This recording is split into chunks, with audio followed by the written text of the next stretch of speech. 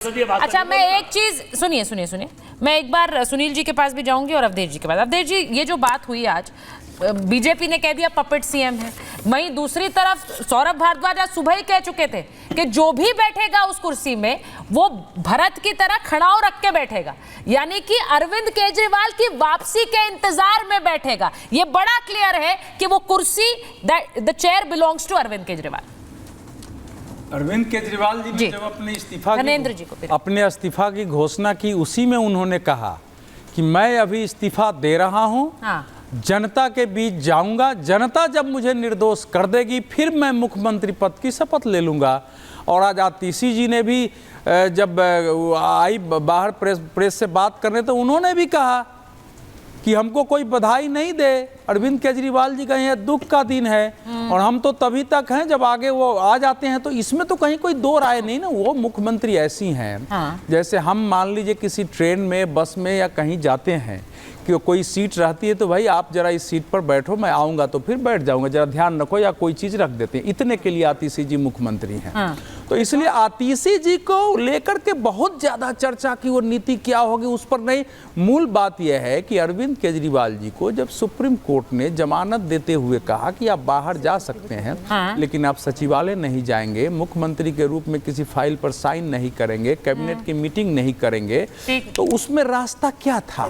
तो रास्ता तो वही था ना कि जो एक इसमें से एक निकाल करके एक जो विश्वसनीय है, यानी चेहरा तो इनका होगा, सारी नीतियां सारी कुछ उनके होंगे, फाइल पर केवल उनके हस्ताक्षर नहीं होंगे। क्योंकि सुप्रीम कोर्ट ने ये तो कहा नहीं है कि आप पीछे से काम नहीं करेंगे, उसमें लिखा नहीं है। सुप्रीम कोर्ट ने यह भी नहीं कहा है कि एक एमएलए के रूप में आप सचिवालय में नहीं जाएंगे किसी को गाइड करने, ये सब तो सुप्रीम कोर्ट ने है नहीं। लेकिन हाँ, सुप्रीम कोर्ट ने यह भी नहीं कहा है कि इस जमानत की शर्त के अनुसार आप अगर अगली बार जीत के आएंगे तो आप सचिवालय जाएंगे, ये केवल इस समय की शर्त है।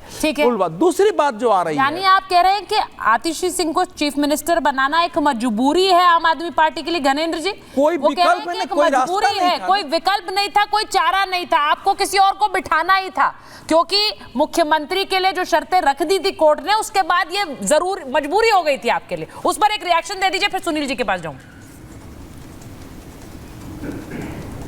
देखिए, भारतीय जनता पार्टी के नेताओं और उनके समर्थकों में बहुत निराशा है, फ्रस्ट्रेशन है, आप समझ सकते हो, क्योंकि इनका जो प्लान था कि किसी तरीके से अरविंद केजरीवाल की सरकार खत्म कर दो, किसी तरीके से आम आदमी पार्टी के विधायक तोड़ दो, किसी तरीके से आम आदमी पार्टी को पूरी तरह से खत्म कर दो, वो सारी की सारी साजिश विफल हुई है। आज अरविंद केजरीवाल जी के जेल में रहने के बाद भी आम आदमी पार्टी एकजुट है। हमारा एक विधायक, पार्षद छोड़ो, एक कार्यकर्ता तक भारतीय जनता पार्टी नहीं तोड़ पाई।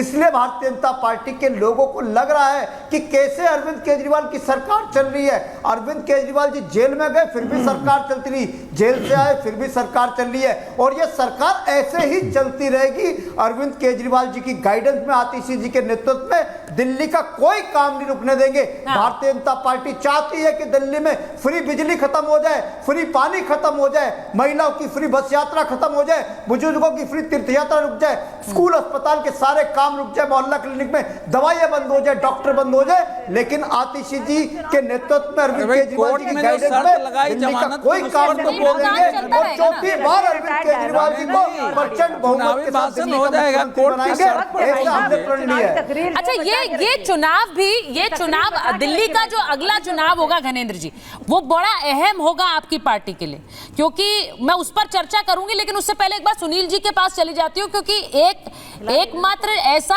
आपका इंडिया गठबंधन का दल जिसने खुलकर मुबारकबाद दी है वो अखिलेश यादव है। अखिलेश यादव ने उनको बधाई भी दी, उन्होंने कहा एक महिला मुख्यमंत्री है, वो अच्छी तरह से काम भी करेंगी। सुनील जी, बधाई अखिलेश यादव जी की आ गई आतिशी जी के लिए। लेकिन ये बताइए कि जो बार बार आरोप लग रहे हैं कि ये एक्चुअल में मुख्यमंत्री नहीं, ये अरविंद केजरीवाल ही काम करेंगे, वो सिर्फ एक तरह से मोहर लगाई गई है उनके नाम पर कि वो उस काम को आगे बढ़ाएं जो पर्दे के पीछे से अरविंद केजरीवाल करेंगे।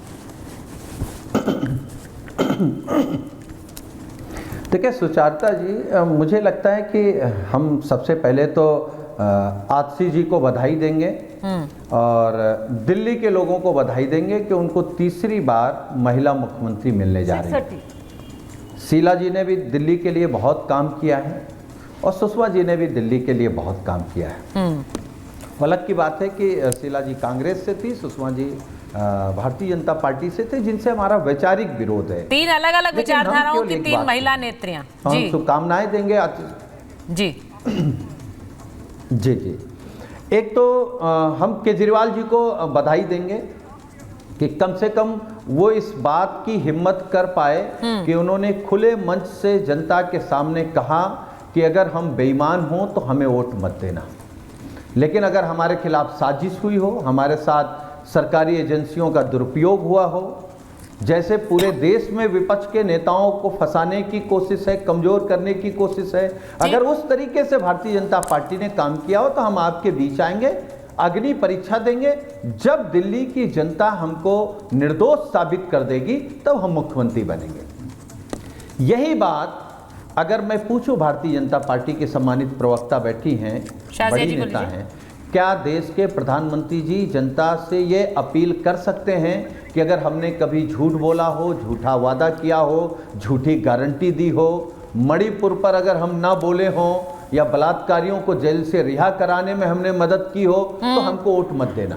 अगर प्रधानमंत्री जी ये बोल दें तो सच कह रहा हूं कि इस देश में एक भी सीट भारतीय जनता पार्टी की नहीं आएगी। अब जहां तक सवाल है कि अत्सी जी कैसी मुख्यमंत्री होंगी, हम केवल एक बात मानते हैं, जो संविधान की शपथ लेकर के कुर्सी में बैठेगा वो पूरा मुख्यमंत्री होगा, ना अधूरा मुख्यमंत्री होगा, ना केयरटेकर होगा। जितने दिन के लिए वो मुख्यमंत्री होंगी वो पूरी अपनी मुख्यमंत्री होंगी। नहीं, आपने देखिए सुनील जी, आपने जो बड़ी बात कही है, खड़ाऊ रख करके, हाँ बोल दीजिए, कंप्लीट कर लीजिए।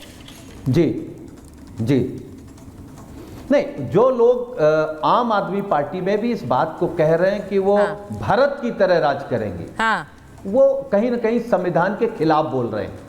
ठीक है, अपने नेता के प्रति आपकी आस्था है, लेकिन नेता से बड़ी आस्था संविधान पर है। जब अत्सी जी संविधान की शपथ लेंगी तो पूरी मुख्यमंत्री होंगी, उतनी मुख्यमंत्री होंगी जितना केजरीवाल थे, जितना शीला दीक्षित जी थी, जितना सुषमा स्वराज जी थी। अब ये देख लीजिए, उन्होंने वो खड़ाऊ वाली बात पर जो बात रखी है धीरेन्द्र जी, वो कह रहे हैं कि इस तरह के बयानों से बचना चाहिए क्योंकि वो फुल सीएम है।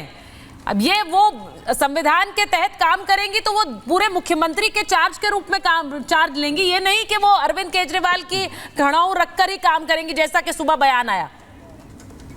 ऐसा एक तरह से दिल्ली के लोगों के साथ छल तो नहीं होगा, वो ये कह रहे हैं। कह रहा हूं, हाँ बोलिए।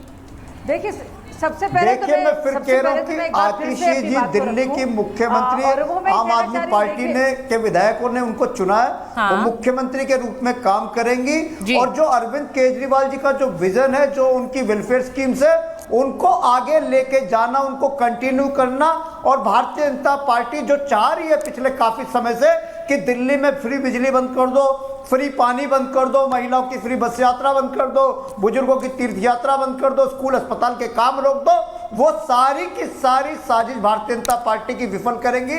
दिल्ली के लोगों को आतिशी जी की तरफ से, अरविंद केजरीवाल जी की तरफ से, आम आदमी पार्टी की तरफ से मैं कहना चाहता हूं कि आपके अधिकारों की लड़ाई पहले अच्छा, आपकी मुख्यमंत्री आज अभी तक उनकी शपथ ग्रहण नहीं हुई है, लीडरशिप में सारी लड़ाई लड़ेगी।